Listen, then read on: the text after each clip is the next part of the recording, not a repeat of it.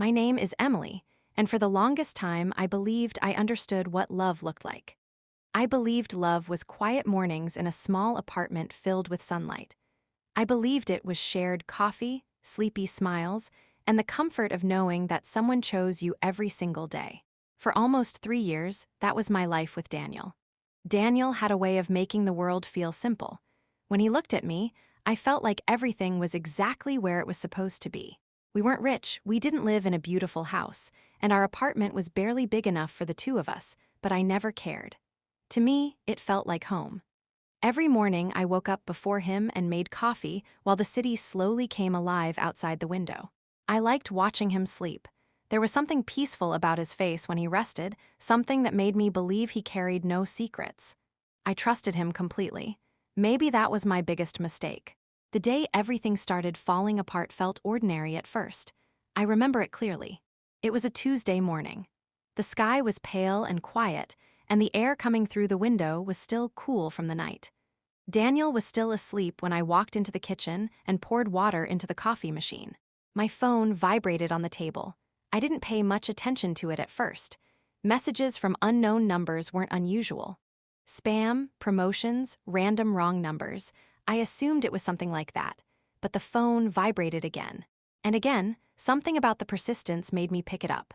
The message came from a number I didn't recognize. There were no words, just a photo. For a moment, my brain didn't understand what I was seeing. The image looked normal at first, like any random photo someone might send by mistake. But then I noticed him. Daniel. He stood under the warm lights of what looked like a street or maybe a park at night. His arm was wrapped around a woman I had never seen before. She was leaning close to him. Too close. Their faces were inches apart. His hand rested on her waist in a way that no one could misunderstand. I stared at the screen for what felt like minutes, but it was probably only seconds. My heart began beating faster. I zoomed in on the photo. His face. His jacket. The watch on his wrist that I had given him for his birthday. There was no doubt it was him. My hands began to shake. I kept waiting for another message to appear. Some explanation. Some kind of context that would tell me this wasn't what it looked like, but nothing came. The number stayed silent. Just that photo. Behind me, I could hear Daniel moving slightly in the bedroom, turning in his sleep. For a moment, I thought about walking into the room and confronting him immediately. But I didn't. Instead, I sat there at the kitchen table, staring at the photo until the coffee machine finished brewing. I told myself there had to be an explanation. There had to be. Maybe it was an old photo. Maybe someone was trying to cause trouble. Maybe it was some strange misunderstanding. That was what I repeated in my head over and over again. When Daniel finally woke up, I forced myself to act normal. I smiled. I handed him a cup of coffee. I listened as he talked about work and complained about how tired he was. Every word felt different now. Every movement. When he kissed my cheek before leaving the apartment, I felt a strange coldness inside me. It wasn't anger yet, it was confusion. That entire day felt unreal. I kept checking the photo on my phone, studying every detail like a detective trying to solve a crime. Who was she? Why was he with her? Why would someone send me this? The questions multiplied in my mind until they became unbearable. When Daniel came home that evening, everything seemed normal again. Too normal.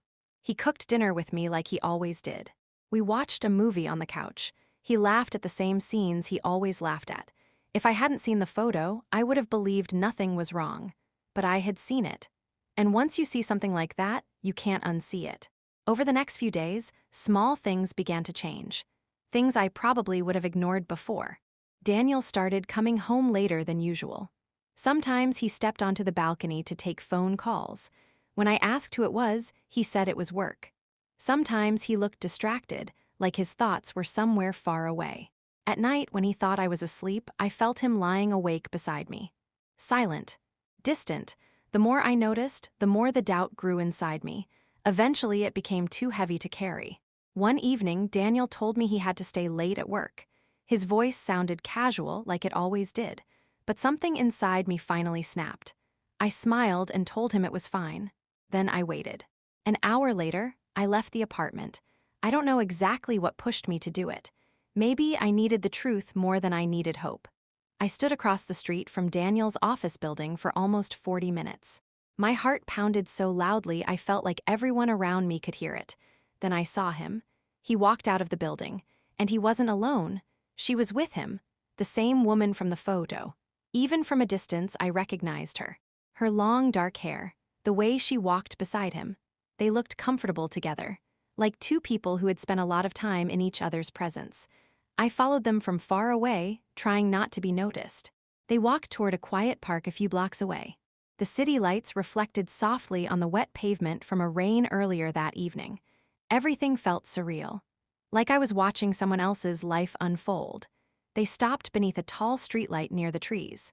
I stayed hidden behind a row of parked cars. My entire body felt numb. Daniel turned toward her. He wrapped his arms around her slowly, the same way he used to hold me, and then he kissed her. In that moment, something inside me broke in a way I can't fully describe. It felt like the ground disappeared beneath my feet. Like all the memories I had built over the past 3 years suddenly lost their meaning. I don't remember walking home. I don't remember how long it took. All I remember is sitting on the floor of our apartment later that night, staring into the darkness, while the silence around me felt heavier than anything I had ever experienced. I kept thinking about every moment we had shared, every promise, every plan for the future, and slowly a painful realization settled into my mind. The man I trusted more than anyone else in the world had betrayed me. At least that was what I believed. At that moment, I had no idea that the truth would be far more complicated and far more painful. I didn't sleep that night. The darkness in the apartment felt heavier than usual, like the walls themselves knew something had ended. I sat on the floor beside the bed for hours, staring at the faint glow of the streetlights through the window. Daniel came home long after midnight. I heard the door open quietly. I heard his footsteps in the hallway. He moved carefully, almost like he didn't want to wake me. But I wasn't asleep. I watched him from the bedroom doorway when he walked in. For a moment, our eyes met. There was a flash of surprise in his expression when he saw the suitcase beside the bed. My clothes were folded inside it.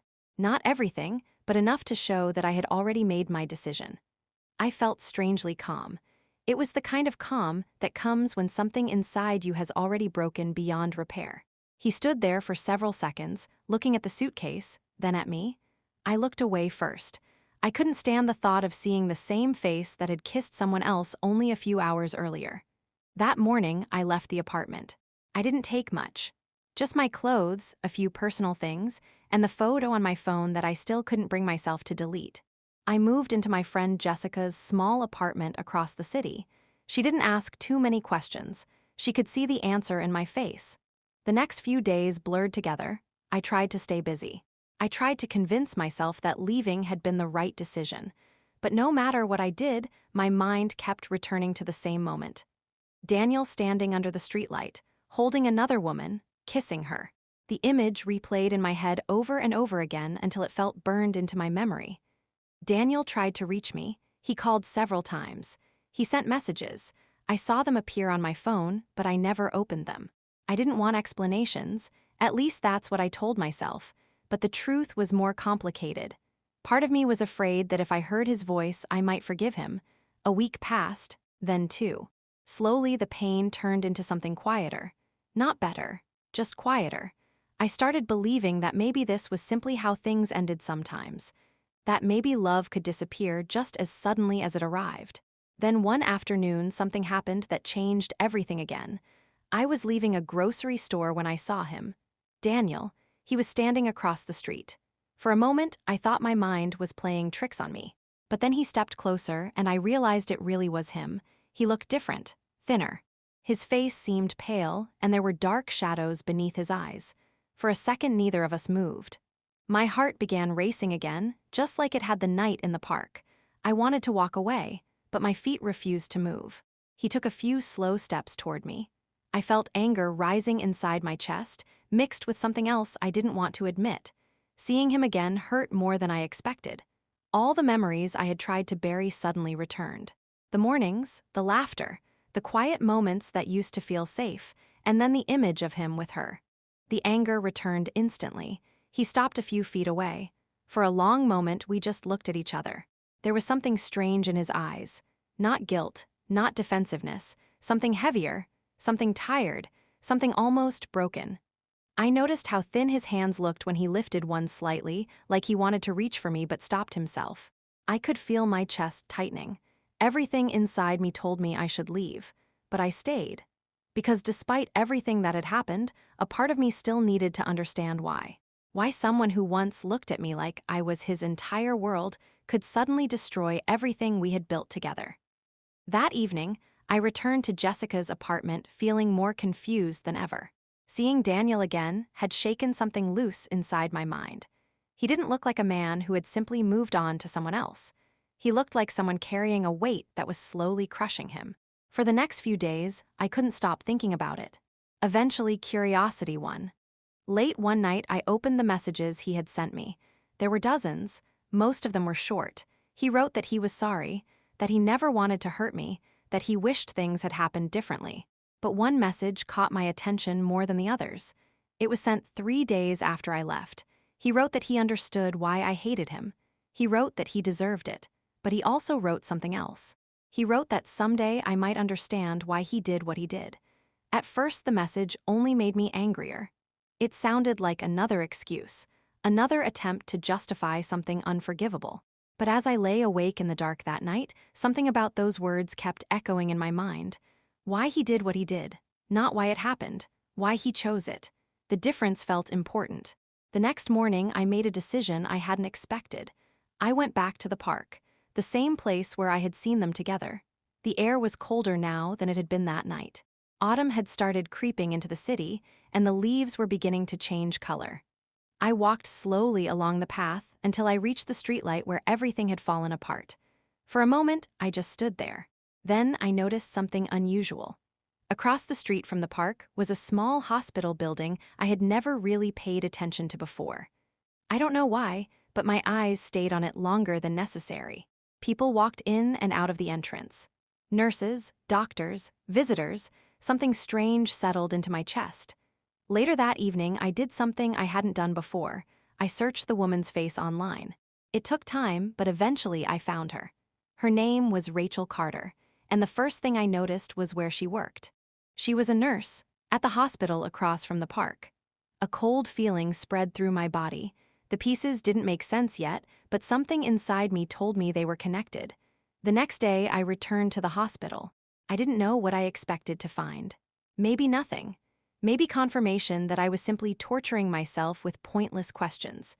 But when I walked through the hospital entrance and looked around the waiting area, I saw something that made my heart stop. Daniel was there. He was sitting alone in one of the chairs near the wall. His head was slightly lowered, his hands clasped together tightly. He looked exhausted, not like someone waiting for a date, like someone waiting for bad news. I stayed hidden near the entrance, watching him without being seen. After a few minutes, Rachel appeared. She walked toward him slowly. For a moment, they stood close together. Then Daniel hugged her. But it was different from the hug I had seen in the park. There was no romance in it. It looked desperate, like someone holding onto the only support they had left. My mind struggled to understand what I was seeing. I watched as Rachel gently guided him toward a hallway deeper inside the hospital. And suddenly, a terrifying possibility formed in my mind. A possibility I didn't want to believe. But something inside me already knew the truth before I confirmed it. Later that day, I spoke with someone at the hospital desk. I didn't ask many questions, just one. I asked if Daniel Walker had been visiting the hospital recently. The woman behind the desk checked the computer. Then she looked at me with a sympathetic expression. And she quietly told me something that shattered everything I thought I knew. Daniel wasn't visiting someone. Daniel was a patient. He had been diagnosed with an aggressive form of cancer 2 months earlier. 2 months. Around the same time the strange distance had begun. Around the same time the photo had appeared. The room around me felt like it was spinning. Suddenly, every moment from the past weeks rearranged itself in my mind. The late nights, the phone calls, the exhaustion in his eyes, the hug in the hospital hallway, the message saying that someday I might understand, and the most painful realization of all. Daniel hadn't pushed me away because he stopped loving me. He had pushed me away because he believed he was dying. The photo, the kiss, everything suddenly looked different through that truth. It wasn't betrayal. It was sacrifice.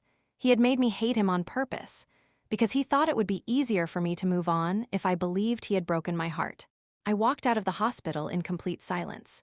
The city around me moved normally, people laughing and talking, cars passing by, life continuing exactly the same as it had the day before. But inside me, something had completely collapsed. The person I thought had destroyed our love had actually been trying to protect me from the worst pain imaginable. And the cruelest part of all was that his plan had worked. I had left. I had hated him, just like he wanted. But now the truth was standing in front of me, impossible to ignore. And for the first time since everything began, I understood something terrifying. I might already be too late to save the man I loved.